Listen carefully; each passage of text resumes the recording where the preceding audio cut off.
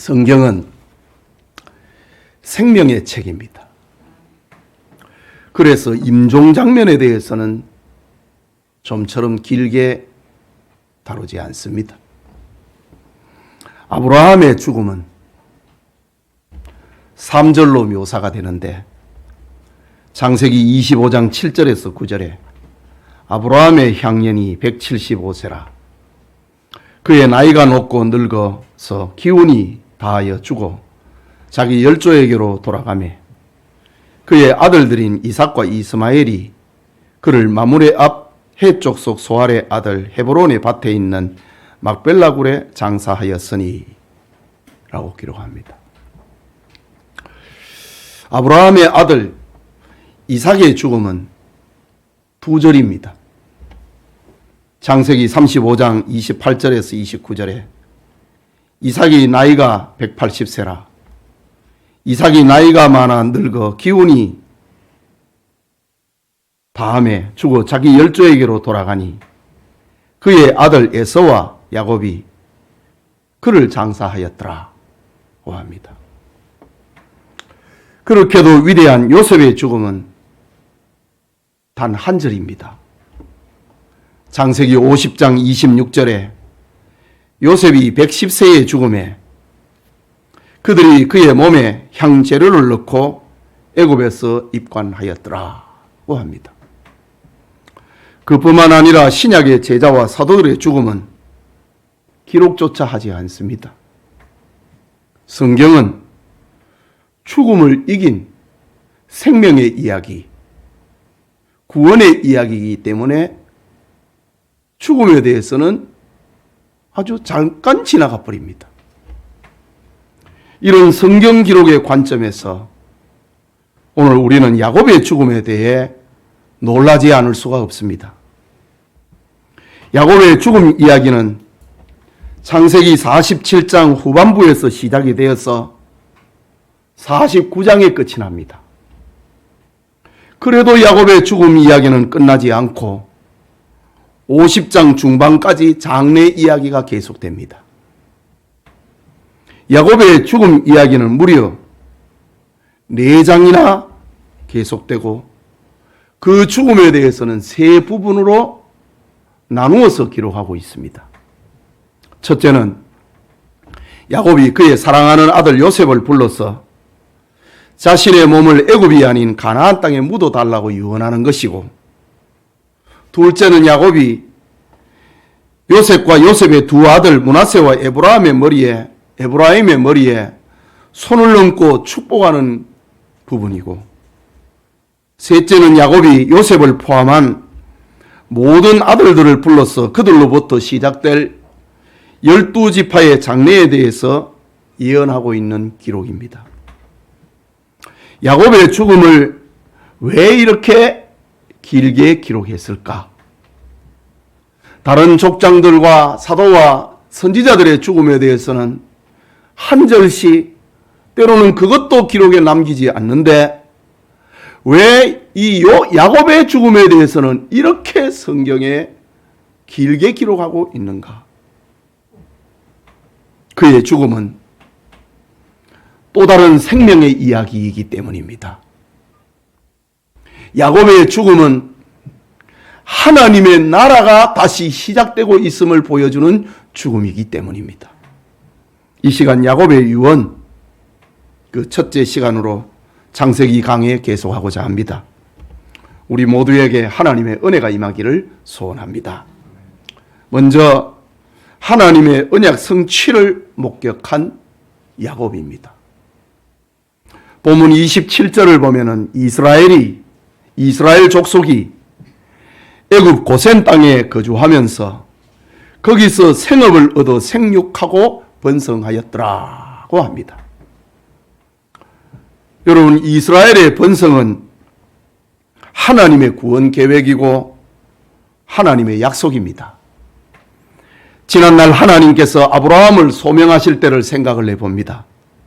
창세기 12장 1절과 2절에 여호와께서 아브라함에게 이르시되 너는 고향과 친척과 아버지의 집을 떠나 내가 네게 보여줄 땅으로 가라. 내가 너로 큰 민족을 이루고 네게 복을 주어 네 이름을 창대하게 하리니 너는 복이 될지니라고 했습니다. 창세기 15장 5절에는 그를 이끌고 밖으로 나가 이르시되 하늘을 우러러 무뼈를 셀 수 있나 보라. 또 그에게 이르시되 내 자손이 이와 같으리라 라고 말씀하십니다. 하지만 하나님의 약속은 아브라함의 당대에는 이루어지지 않았습니다.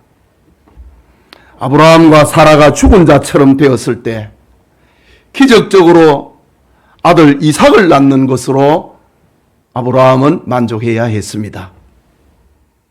아브라함의 아들 이삭도 민족 번성이라고 하는 하나님의 약속을 받았습니다.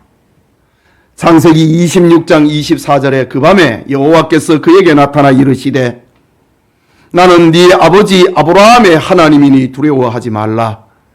내 종 아브라함을 위하여 내가 너와 함께 있어 네게 복을 주어 네 자손이 번성하게 하리라 고 약속하셨습니다.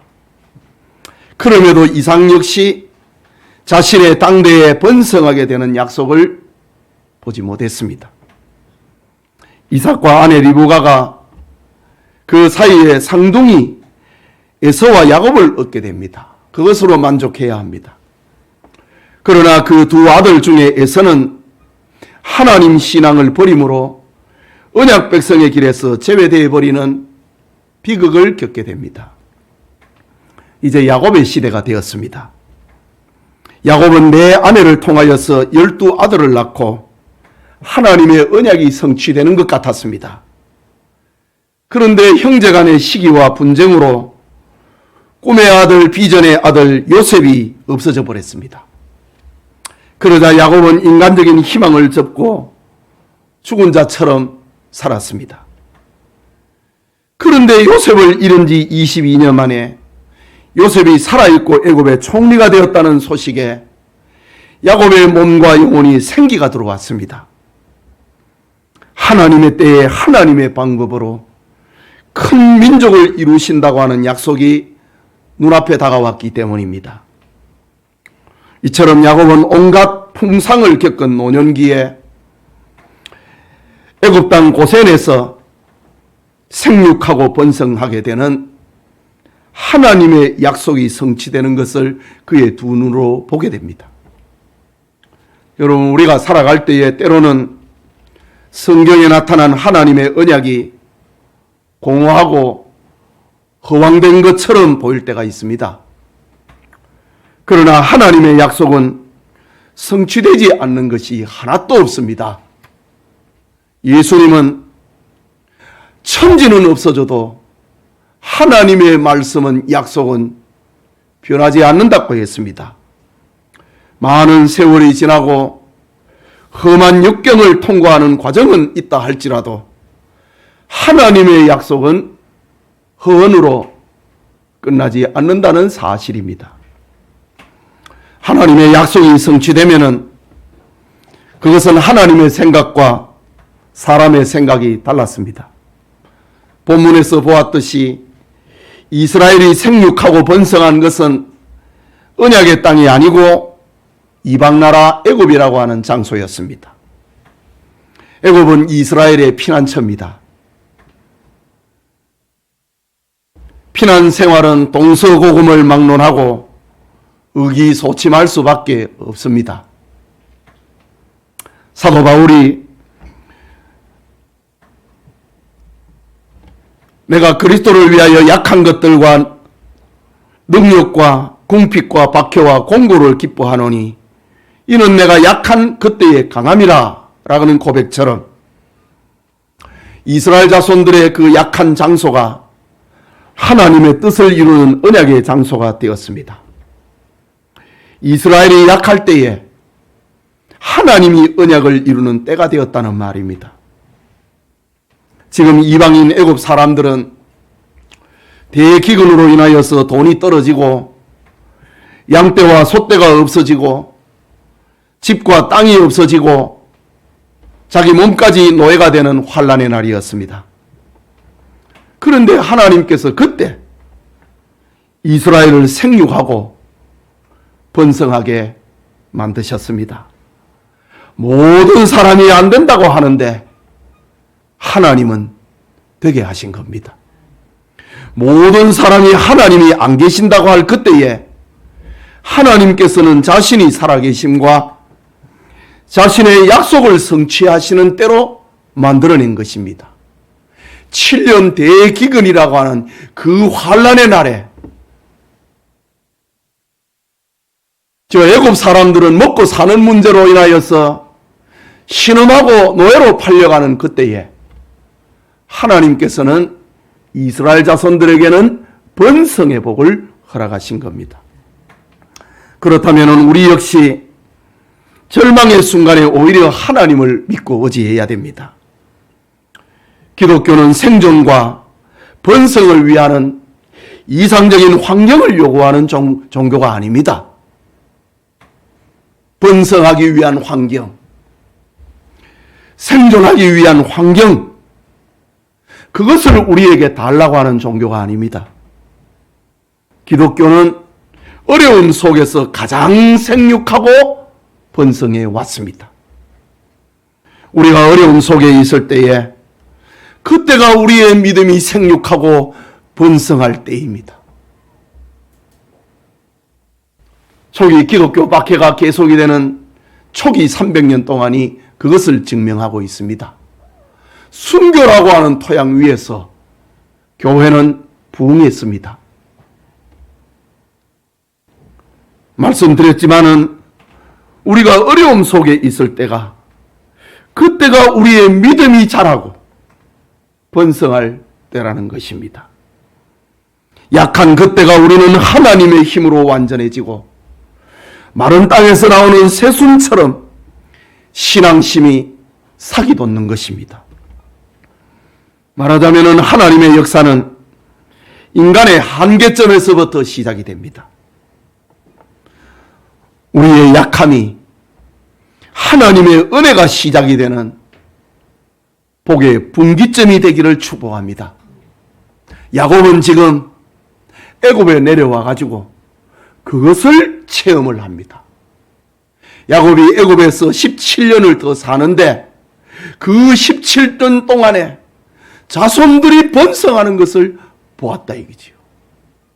애굽 사람들은 겨우 생명을 얻는데 갈급한데 이스라엘 자손들은 번성했다.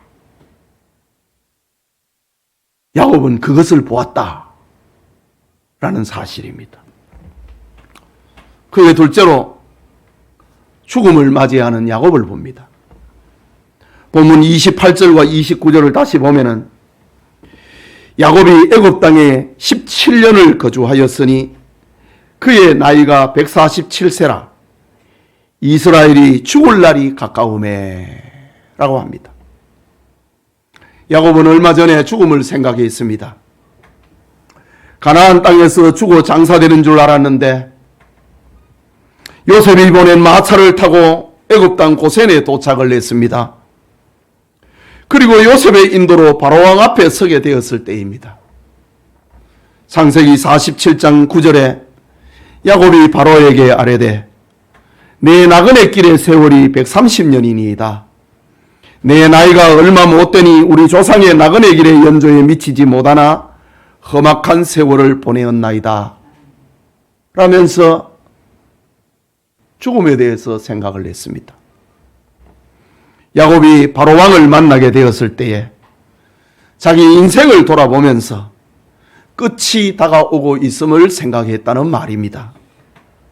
그런데 야곱은 지금 하나님의 은혜로 17년을 더 살았습니다. 어쩌면은 애굽의 따뜻한 기후와 고센에서의 안락한 생활이 야곱의 노년기를 크게 위로했을지도 모릅니다. 사랑하는 총리 아들의 극진한 효성이 야곱의 마음을 노년기를 위로했던 것 같습니다. 앞서 말씀드린 것처럼 야곱은 가나안 땅에서 요셉을 잃은 후에 죽고 싶었습니다. 아니 죽은 자처럼 살았습니다. 그런데 꿈의 아들, 비전의 아들, 언약의 아들 요셉이 살아있고 대제국 애굽의 총리가 되었다고 하는 사실에 그는 다시 살아났습니다. 마치 부활하는 것과 같았습니다. 그런데 성경은 야곱의 17년 이 애굽 생활에 대해서는 기록하지 않습니다. 성경의 관심은 야곱이 애굽에서 17년 동안 무엇하고 살았는지를, 그 생활을 어떻게 했는가를 알려주는 것이 기록 목적이 아니기 때문입니다. 성경은 하나님이 누구시고 하나님께서 야곱에게 어떤 일을 하셨는지 알려주는 것이 성경 기록의 목적입니다. 그게 뭐냐? 야곱이 살아있는 17년 동안에 하나님께서 하신 일이 무엇인가? 그것이 앞절 27절의 말씀입니다. 생육하고 번성하였다.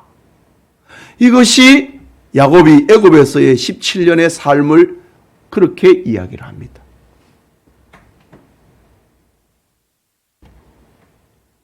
생육하고 번성하였다는 말 자체가 하나님이 야곱과 함께 하셨고 하나님의 약속대로, 언약대로 되었다. 이것이 성경 기록의 목적입니다.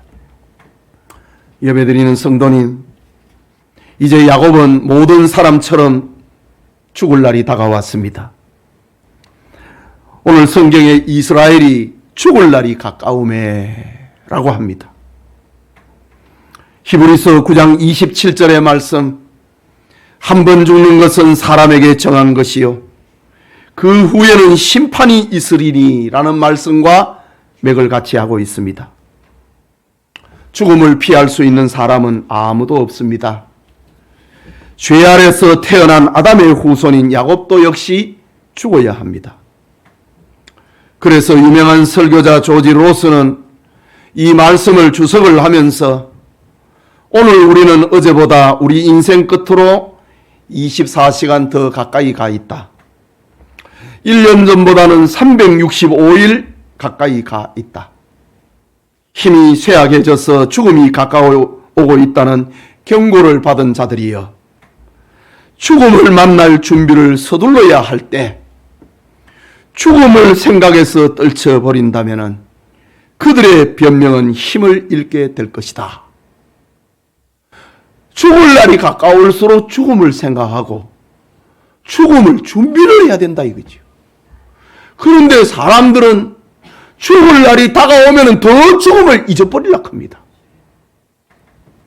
하나님 만날 준비를 안 한다 이 말입니다. 죽을 날이 가까울수록 더 생명의 애착을 갖고 혈연에 더 매입니다.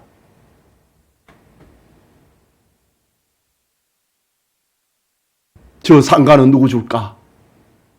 이 집은 누구 줄까? 죽을 준비를 안 합니다.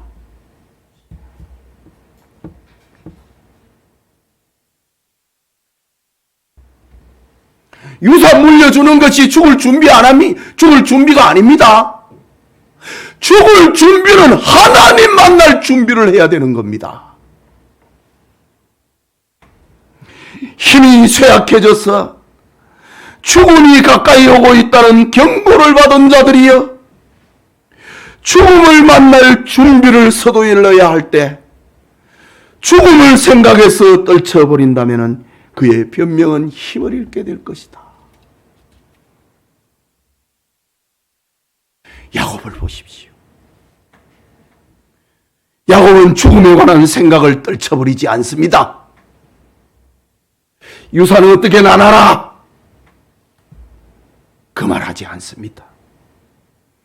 그는 피할 수 없는 것을 거부하는 대신에 하나님을 믿는 사람으로서 하나님의 품과 같은 죽음을 가까이 하고 그의 믿음을 증거할 준비를 하고 있습니다.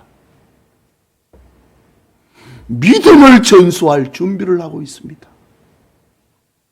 그래서 그의 죽음에 대해서는 무려 4장이나 기록을 하고 있는 겁니다.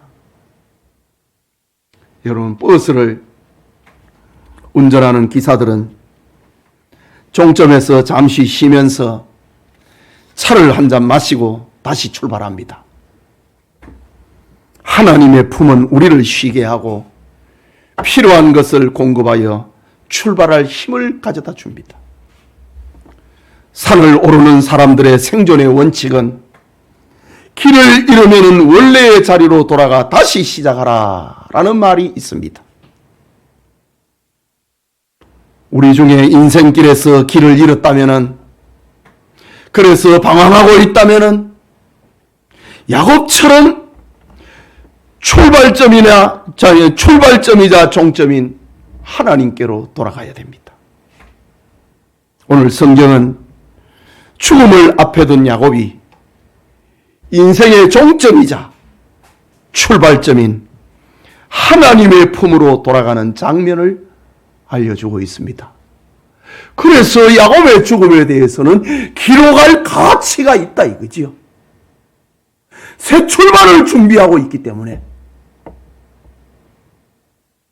기록할 가치가 있었던 겁니다. 예배드리는 성도님, 우리 모두에게도 죽음을 생각하므로 종착점이자 시작점인 하나님의 품에 안기는 지혜가 있기를 축복합니다. 마지막으로 야곱은 언약의 땅에 묻어달라고 유언합니다. 다시 본문 29절에서 30절을 봅니다. 이스라엘이 죽을 날이 가까우매 그의 아들 요셉을 불러 그에게 이르되 이제 내가 네게 은혜를 입었거든 청하노니 네 손을 내 허벅지 아래 넣고 인애와 성실함으로 내게 행하여 애굽의 나를 장사하지 아니하도록 하라. 내가 조상들과 함께 눕거든 너는 나를 애굽에서 메어다가 조상의 묘지에 장사하라. 요셉이 이르되 내가 아버지의 말씀대로 행하리이다 라고 합니다. 죽을 날이 가까운 야곱은 아들이자 애굽의 총리에게 유언합니다. 그의 유언은 몇 가지 특징을 가지고 있는데, 첫째는 야곱은 요셉에게 내가 네게 은혜를 입었거든 이란 말로 유언합니다.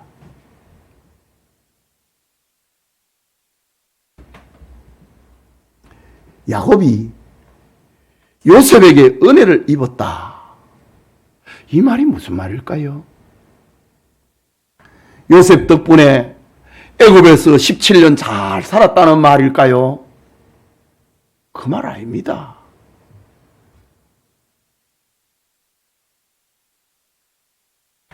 이 말은 야곱이 요셉의 배후에 계신 하나님을 보았다는 말입니다. 지난날 하나님께서 나와 함께 하시고 나를 통하여서 하나님 나라 운동을 하셨는데 내가 지난 17년 동안 하나님이 너와 함께 있다는 걸 내가 봤다. 그 말입니다. 죽은 줄 알았던 요셉이 생존해 있고 애굽의 총리가 된 것을 보면서 요셉의 배후에 하나님이 계심을 야곱은 보았습니다. 지난날 보디발 장군이 그랬지요. 창세기 39장 3절에 그의 주인이 여호와께서 그와 함께 하심을 보며 또 여호와께서 그의 범사에 형통하게 하심을 보았더라. 보디발 장군이 자기 집에 종으로 있는 요셉을 보면서 여호와께서 그와 함께 하심을 보았다. 여호와께서 그의 범사를 형통하게 하심을 보았다 라고 했는데 지금 야곱이 그 심정입니다. 내가 애굽에서 내려와서 17년은 사는 동안에 지난날 나와 함께 하셨던 그 하나님이 너와 함께 하고 있구나. 하나님에게 은혜를 입은 사람에게 자기의 인생 마지막을 의탁하고 있는 야곱입니다. 이처럼 야곱은 요셉을 보면서 하나님의 인도하심을 보았습니다. 요셉에게 은혜를 입었다. 이 말은 요셉과 함께 하시고 요셉을 인도하시는 하나님의 은혜를 고백하고 있는 말입니다. 야곱은 요셉에게서 하나님의 인애와 하나님의 성실하심을 보았습니다. 그 인애와 성실하심에 하나님이 함께하고 있는 요셉에게 아버지 야곱은 자기의 영혼과 자기의 몸을 부탁하고 있는 겁니다. 하나님이 함께하는 사람에게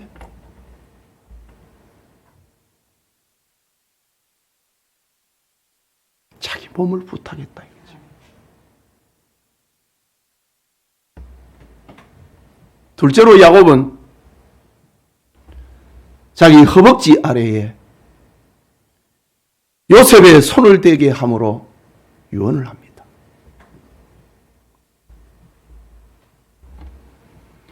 이제 내가 네게 은혜를 입었거든 청하노니 네 손을 내 허벅지 아래에 넣고 여기 손 대라. 손을 대게 함으로 야곱은 유언했습니다.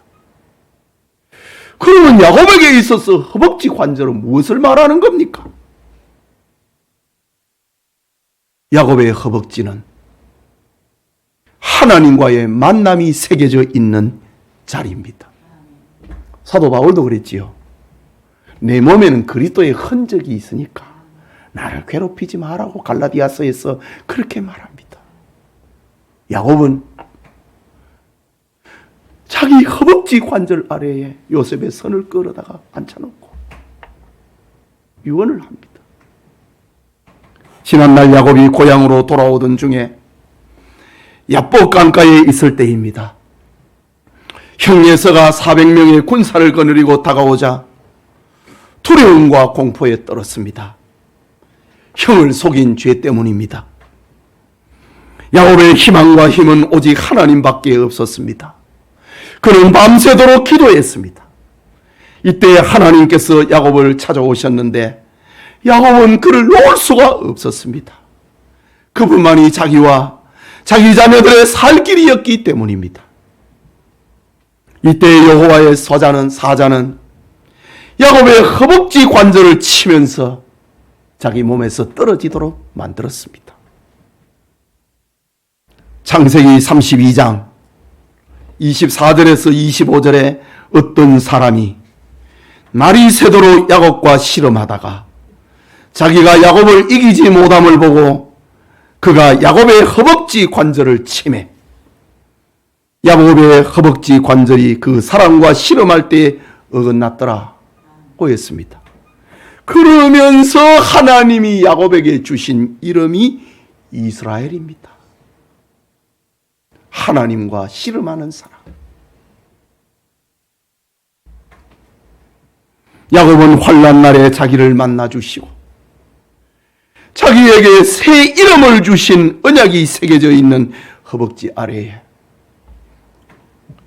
하나님의 은혜를 입고 있는 요셉의 손을 끌어다가 자기 허벅지 관절 아래에 손을 얹고 유언을 지킬 것을 명세시킵니다. 우리 역시 하나님께 은혜 받은 날 그 은혜를 기억을 하면서 자신의 미래를 하나님께 맡기고 하나님을 사랑하고 교회를 섬겨야 할 것입니다. 은혜 받은 흔적이 있다 이거지요. 야곱의 마지막은 하나님이 은혜 주셨던 그 흔적을 생각을 하면서 지금 하나님의 은혜를 받고 있는 요셉의 선을 끌어다가 맹세를 시키면서 유언을 했습니다. 마지막으로 야곱은 나를 조상의 묘지에 장사하라 라고 유언했습니다.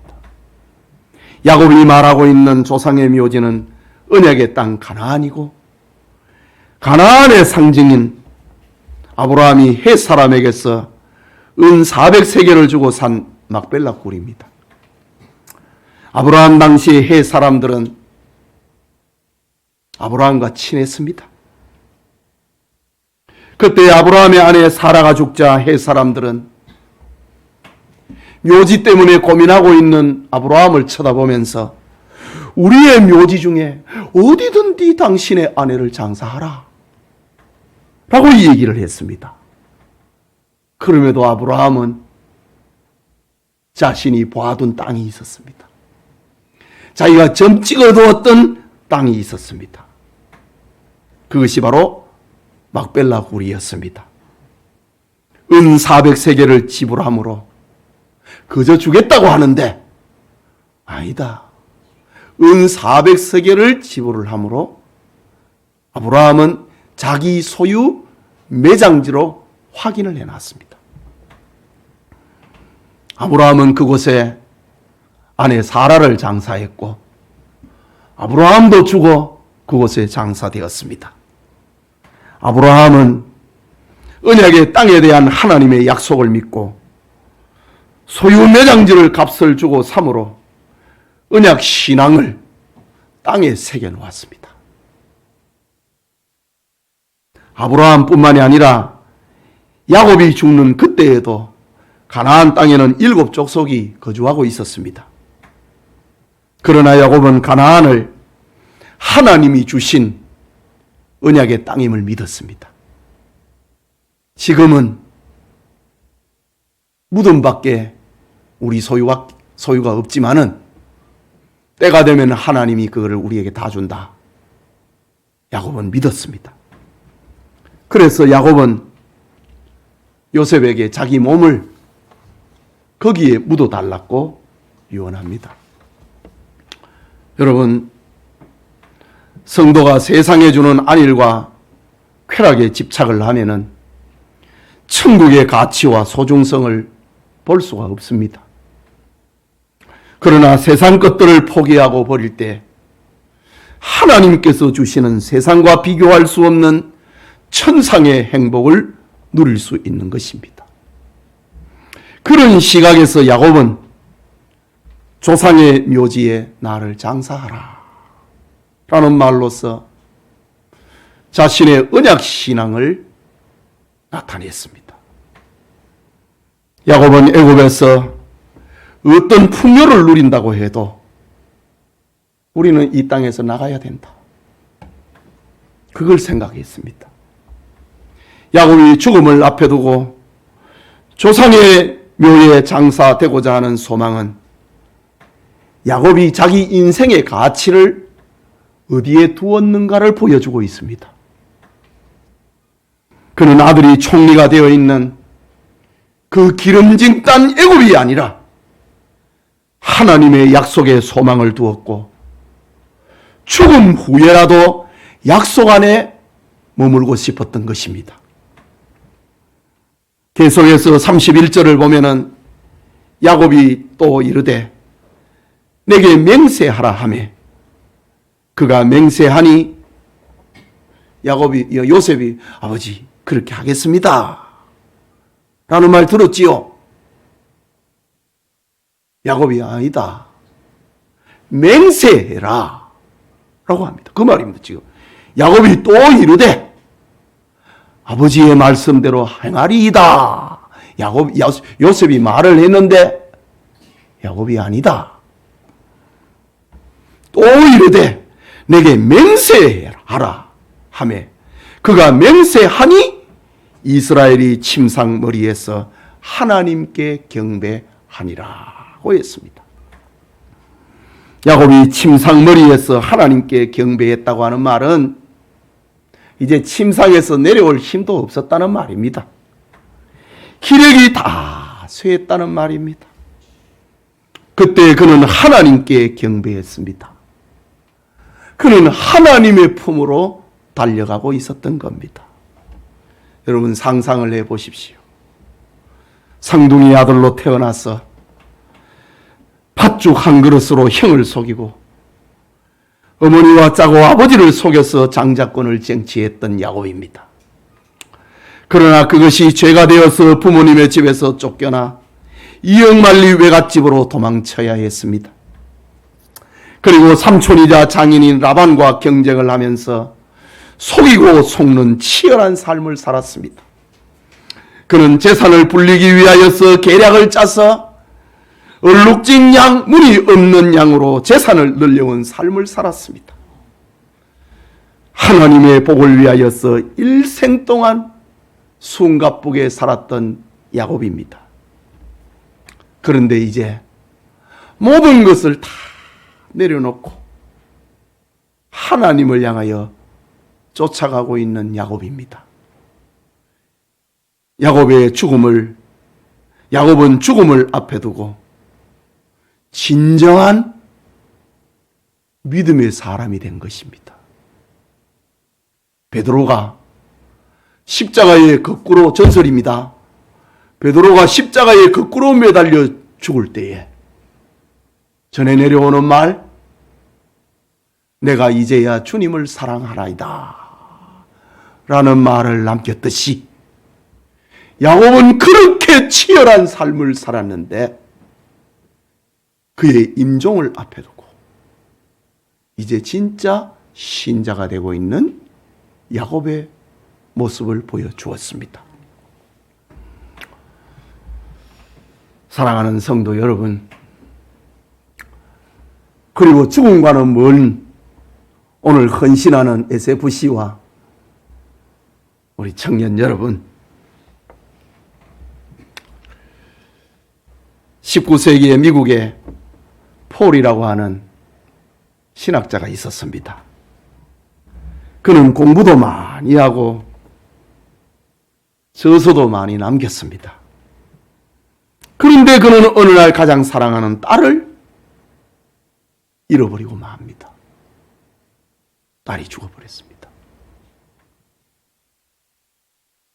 그는 슬픈 가운데서 이런 말을 남깁니다.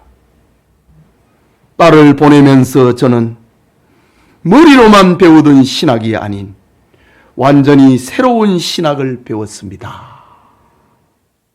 라고 고백합니다. 딸의 죽음을 통하여서 머리의 신학이 아니라 완전히 새로운 신학을 배웠다고 그는 고백했습니다. 그의 아내의 일기장에는 더 장관입니다. 비록 나 자신이 죽음과 임종에 대하여 전문가이기는 하지만은 딸이 떠나는 순간 모든 정답이 사라져 버렸습니다.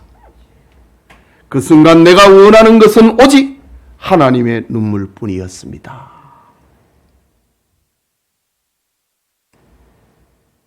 자식을 잃는 순간에 죽음과 임종에 대해서 그렇게 전문가로 살았지만은 모든 정답은 다 사라져 버렸다. 답이 없더라.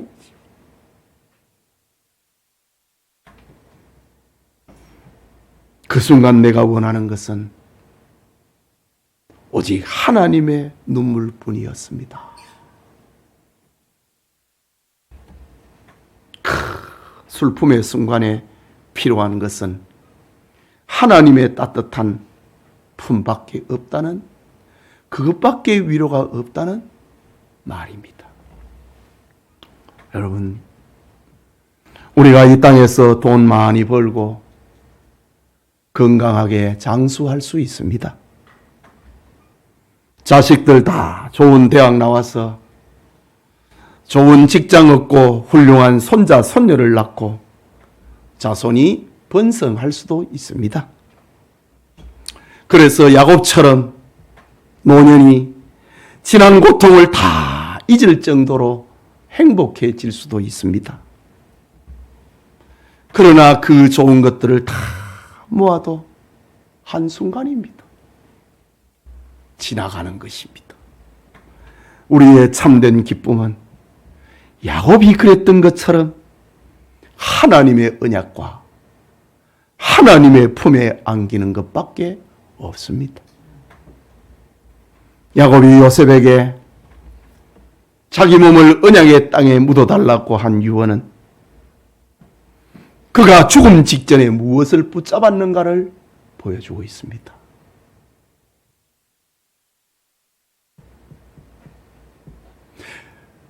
자기가 인생의 후반에 자기에게 진짜 소중한 것이 무엇이었는가를 보여주고 있습니다. 그의 관심은 평화롭고 풍요로운 애굽이 아니었고 아들 요셉이 총리가 되는 것이 그의 관심이 아니었고 그의 관심은 언약의 땅 가나안밖에 없었습니다. 야곱이 유언을 하면서 너 애굽의 총리로 있는데 몸 조심해라. 뭐 그런 말도 할 수 있잖아요. 그런데 마지막 순간에 다 생략해버립니다. 나를 애굽이 아니라 가나안 땅에 묻어달라. 야곱의 전 인생을 탁탁탁탁탁 털어보니 하나님의 약속만 붙들고 있는 겁니다. 이게 언약신앙입니다. 이것은 미신적인 바람이거나 단순히 죽어가는 사람이 자기 고향으로 가고 싶은 일반적인 욕구가 아닙니다. 하나님께서 자기를 애굽으로 가라고 말씀하실 때에 하나님이 말씀했습니다. 창세기 46장 3절과 4절에 하나님이 이르시되 나는 하나님이라. 네 아버지의 하나님이 애굽으로 내려가기를 두려워하지 말라. 내가 거기서 너로 큰 민족을 이루게 하리라. 내가 너와 함께 애굽으로 내려가겠고 반드시 너를 인도하여 다시 올라올 것이며 요셉이 그의 손으로 네 눈을 감기리라 하셨더라.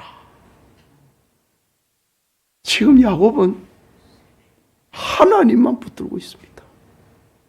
하나님의 말씀만 붙들었다 이거지.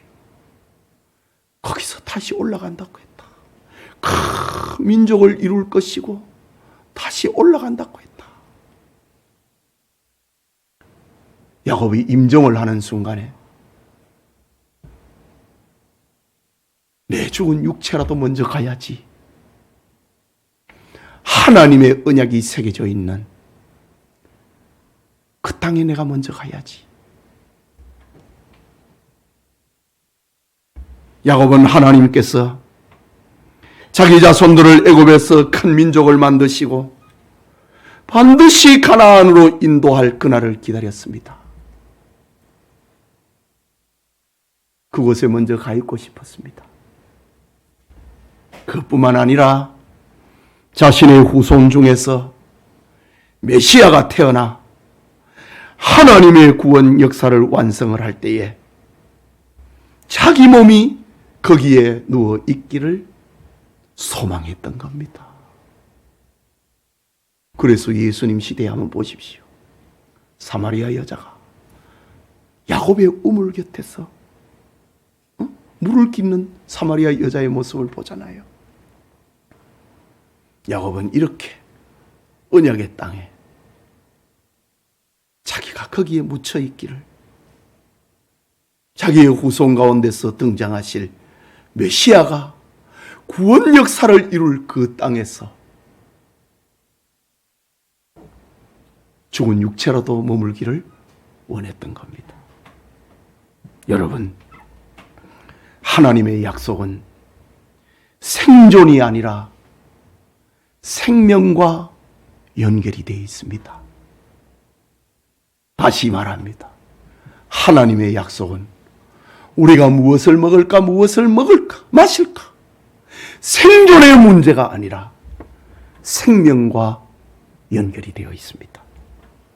하나님은 우리의 생명 문제를 위하여 약속을 주신 것이고 그 약속을 이루심으로 우리를 하늘의 생명에 속하게 하십니다. 야곱이 바로왕 앞에서 자기 인생이 험악한 나그네 길의 세월이었다고 말을 했지만은 그 험악한 나그네 세월을 살아온 덕분에 그는 진정한 하나님의 사람이 되었던 겁니다. 그렇다면은 하나님이 살게 하신 오늘 우리의 험악한 세월도 은혜가 아닐 수 없습니다. 야곱의 언약 신앙을 마음에 새기는 우리 성도님들 다 되시기를 축복합니다. 우리 말씀을 생각하고 우리 같이 기도합시다. 야곱의 유언은 언약 신앙입니다. 언약 신앙. 사람은 마지막에 무엇을 말하느냐, 무엇을 붙드느냐, 그것이 그의 가치입니다. 야곱은 치열하게 경쟁하는 파란만장한 삶을 살았지만은 마지막에는 하나님의 품에 안겼다. 마치 아이들이 엄마 품을 향하여서 쫓아가는 것처럼 야곱은 마지막에 침상에서 내려올 힘도 없는 그때에 그 침상에서 하나님께 경배했다. 이것이 신앙입니다. 이것이 언약 신앙입니다. 나를 하나님이 약속하신 그 땅에 묻어달라. 총리가 되어 있는 이 기름진 애굽 땅이 아니라 나를 하나님의 약속이 새겨져 있는 그 땅에 묻어달라. 우리 연세 드신 우리 권사님들 이런 신앙 가져야 됩니다. 우리 젊은 친구들 이런 신앙을 배워야 됩니다. 우리 말씀을 생각하고 기도합시다.